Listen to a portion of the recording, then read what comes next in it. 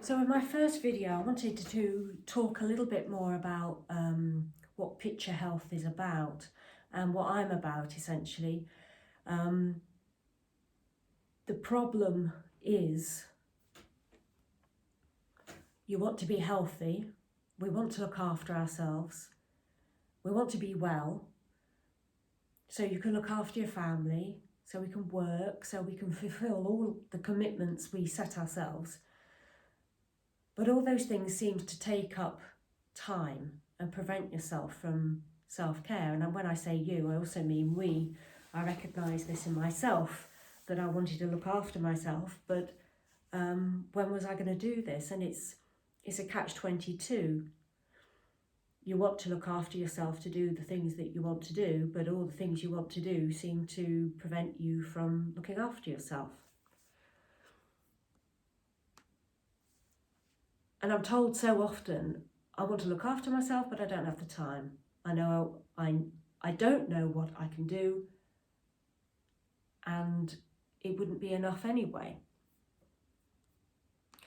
Well, for years now, I've been working with clients to look after themselves, despite all their commitments, and realise that there are small changes that they can make that can make a really big impact. And I do these things myself, and hence this is why I'm here, because one of the frustrations for me is that I get started working with a client and they start off doing really well, and then 6 months later we find out they've stopped all those things that was useful for them because life got in the way. So that really made me focus in on, well, it's all very well knowing what might be useful for us, but how do you actually put these things into action? So I've got thinking about key points that I think are really important when it comes to looking after ourselves, and ended up with 10. And I'd be interested to know what you think as well, and see how this list develops. I nearly went over 10, but I think 10's more than enough. So the first one is get into the habit of looking after yourself before you're actually forced to. In my practice, I found often people have put themselves at the bottom of the pile when it comes to looking after themselves. They never quite get to the top, and there's always a point where they feel they might start to feel more unwell, and they are forced to look after themselves. They have to do something. It can come out in different ways. It might be pain, it might be a change in mood, it might be sleep patterns affected and just not getting to sleep. At some point, you have to make time for yourself. You ignore this, and if your health is affected more and more, it will stop you. So it's so much easier if you can get into the habit of self-care. It's much easier to prevent these problems, and if something starts, then it's much easier to deal with those things as well, if we have the awareness of changes in our health as well. There's many barriers, isn't there, that get in the way. Lack of time, maybe feeling guilty for spending some time to look after yourself, maybe a feeling of lack of resources. I will hear, I know I need to look after myself, but what do I do? So busy looking after others, why not include yourself as well? Put yourself on that caring list. You as well. Not you instead, you as well. And you become a role model for your family or friends, so they see a positive change in you. They will benefit also if you're looking after yourself. So I'm not talking about any joyless task. I'm looking at my notes as I do that because I've got a lot to talk about and I don't want to forget anything. So I have got a little crib sheet in front of me. It's not a joyless task. I'm not talking about making yourself go and do hours of exercise that you don't like, not forcing you to eat foods you don't like either, or taking up therapies that make you feel uncomfortable. We're not talking about that. I'm talking about a more intuitive approach to looking after yourself.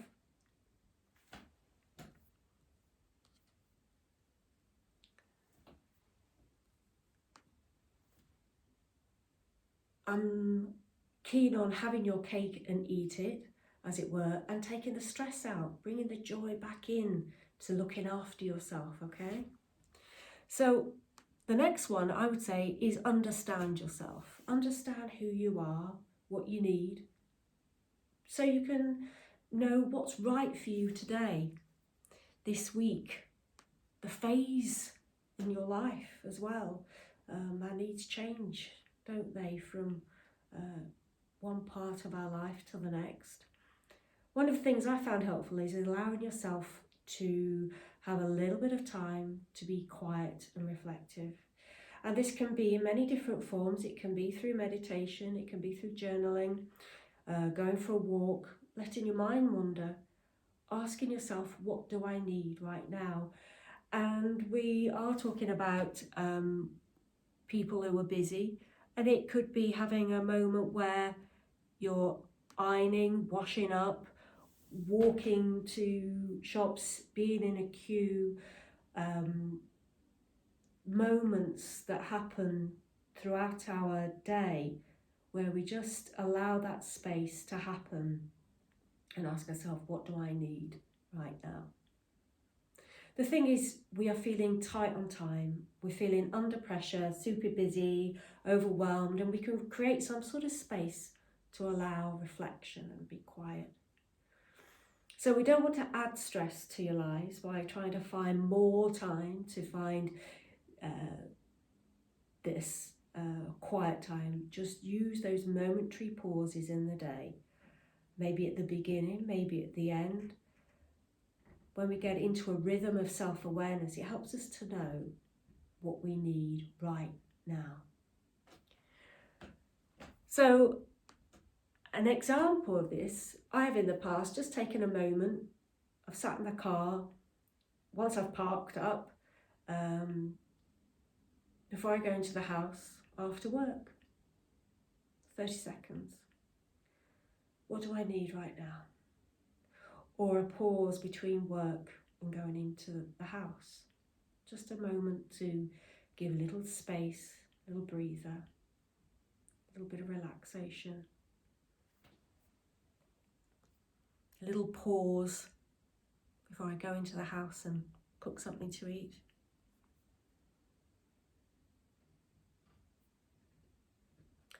And I've mentioned queuing as well.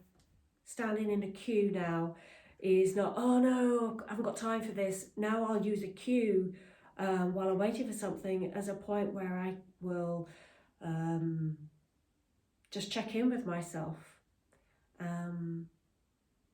The Pilates teacher in me, I'll relax and just be aware of how I'm standing, but I also relax my breath, let go of any unnecessary tensions, and just allow myself just to check in while I'm waiting. Really useful. And so now I see these things as a bit more of a rhythm of fast and slow, start and pause, and allow this flow to happen rather than push and force. So when there is a natural moment and lull, time to reflect rather than push and force. So I'm into number 3 now. One size does not fit all. And what I've learned working out my own needs, which is always in progress, and working with loads of other people, is we have similarities, but we have lots of differences, and we need to find the solutions that work for us. What will work for one won't work for another. Some of us like a very free-flowing approach to looking after ourselves. That's me, that's what I like. Others prefer a more prescriptive approach. They might want to join a particular class at a certain time once things are written down and put into a timetable. For me, I like my day to be more changeable and varied, so a regimented timetable doesn't suit me. It's the same with exercise and being active. I know some people absolutely love being in the gym and they thrive at a boot camp, and others will say that's the last thing I want to do. But they might prefer the swimming pool.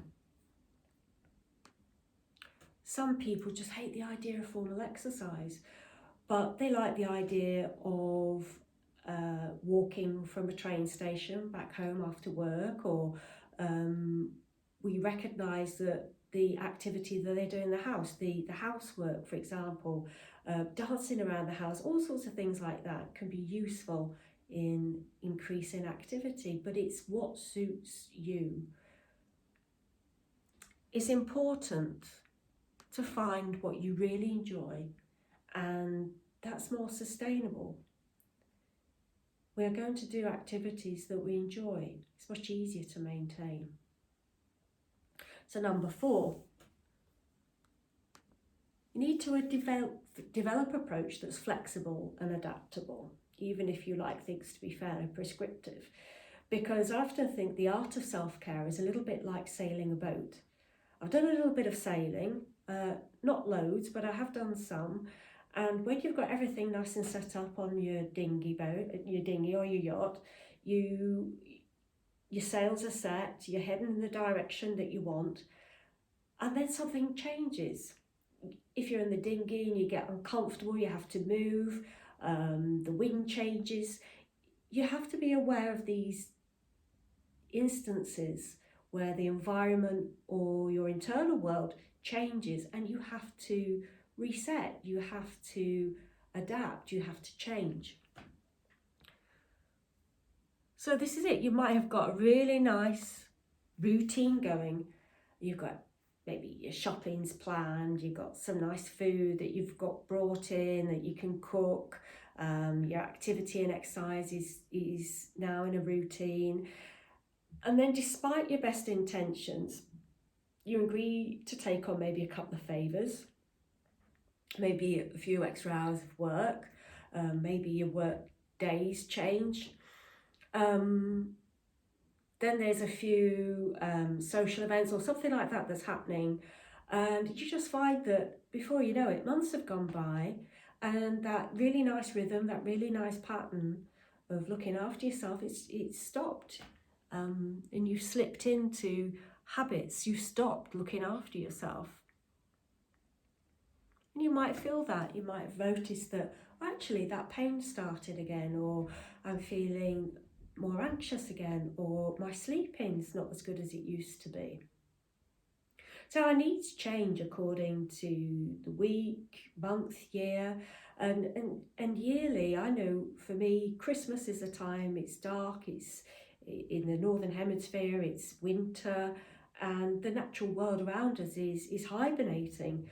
And you see loads of magazines and it's how to cope with Christmas. And it can be a really busy time, parties or just stuff to do, just a lot more stuff to do. And that doesn't suit me at all. For the extrovert who loves a party, it can be a wonderful time.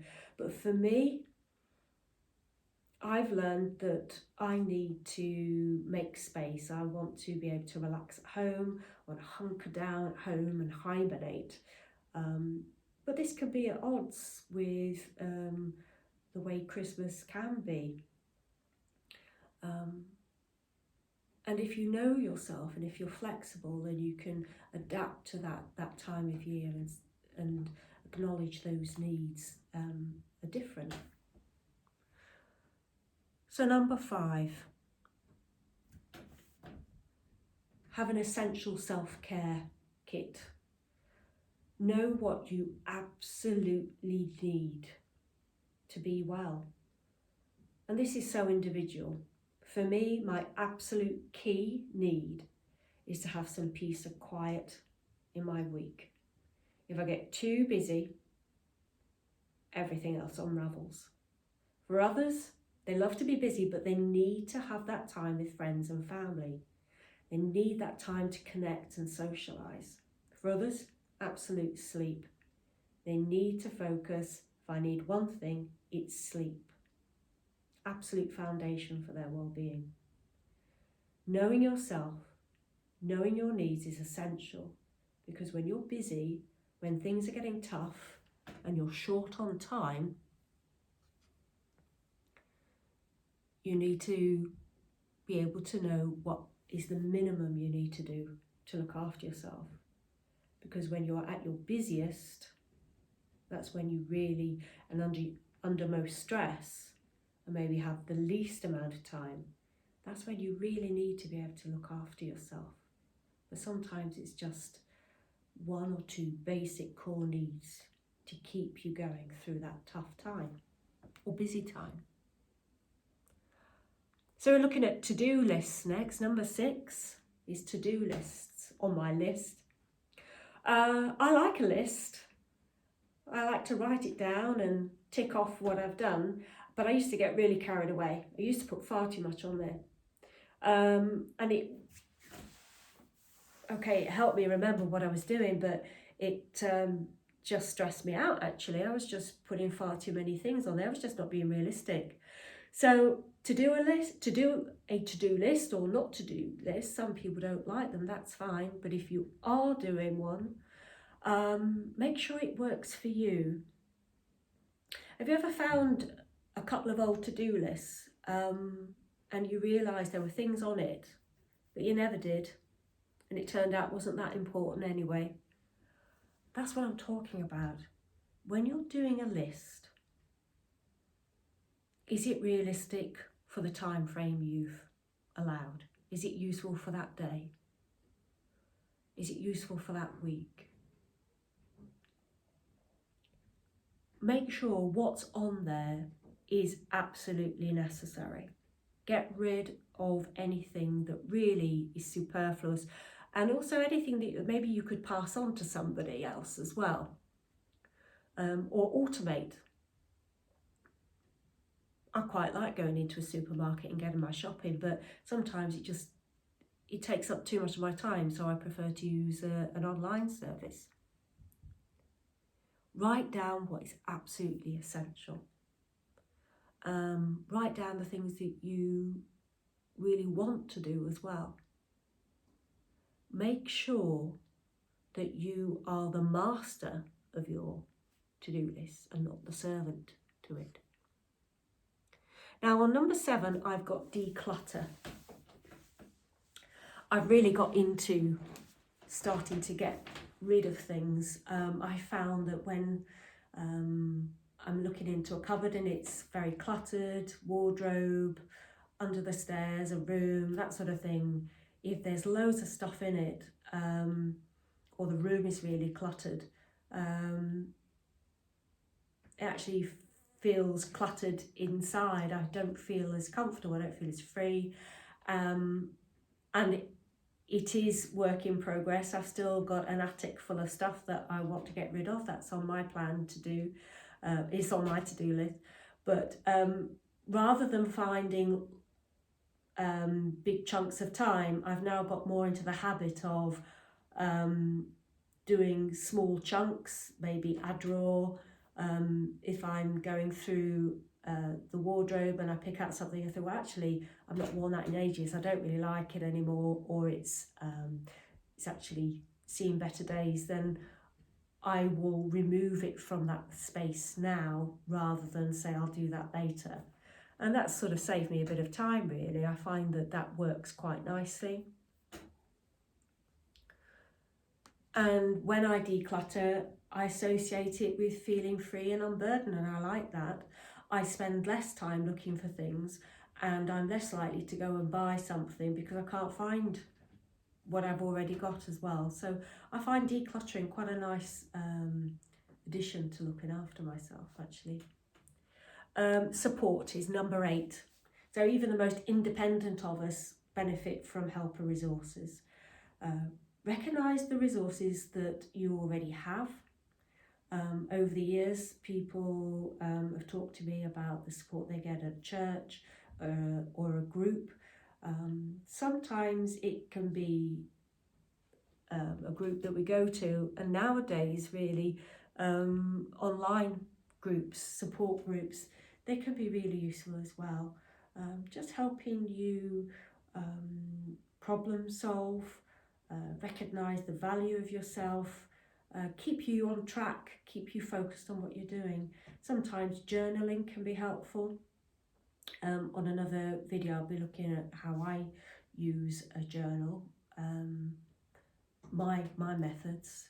But find the resources that help you. Again, we've talked about an exercise class. Some people find an exercise class once a week helps them keep on track, to look after themselves. Sometimes it's about making yourself accountable to a friend, family member, or again within an online group. You can do that as well. Number 9.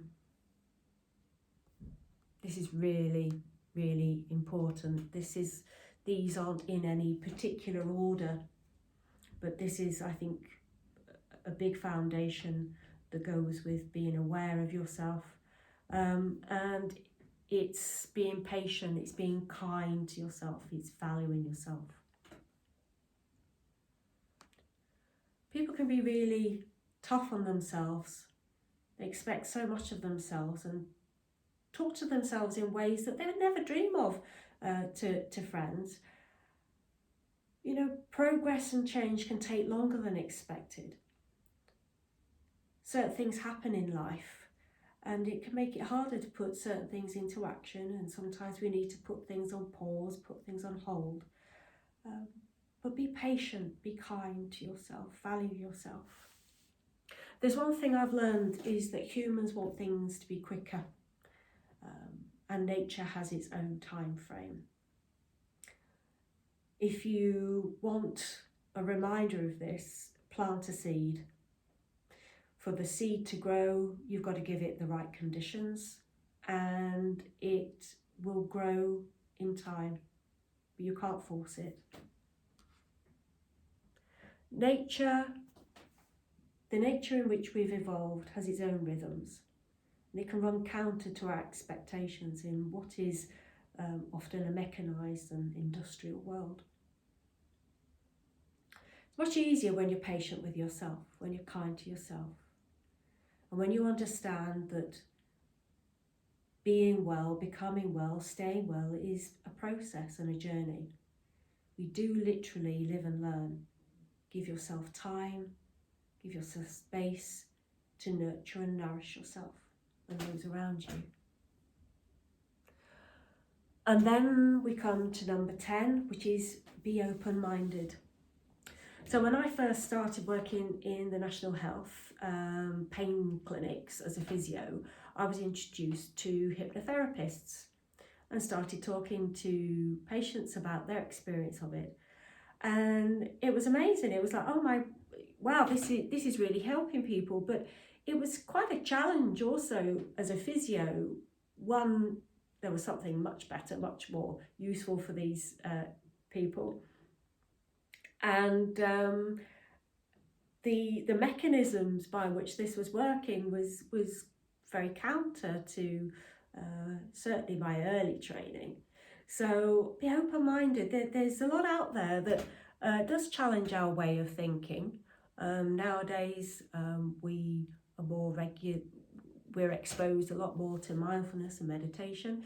There's so much out there that can be really useful, but it can challenge our expectations, it can challenge our ways of thinking and the models that we work with. If we're closed in our approaches, it closes our possibilities of being well. And there's a lovely quote, not mine, he who has health has hope, and he who has hope has everything. In my experience, I think we need a little bit of hope to know that we can be better, we can be healthier, we can be happier. Sometimes people have lost hope, they can't see a future of being well. And if we open our minds, if we open and explore the possibilities of being well, of other options, it can make a huge difference, that shift in mindset. Now, I'm not saying disregard your ability to critique and analyse and assess. I'm not saying just blindly accept everything. But what I am saying is approach with an open mind and allow yourself explorations, find your solutions.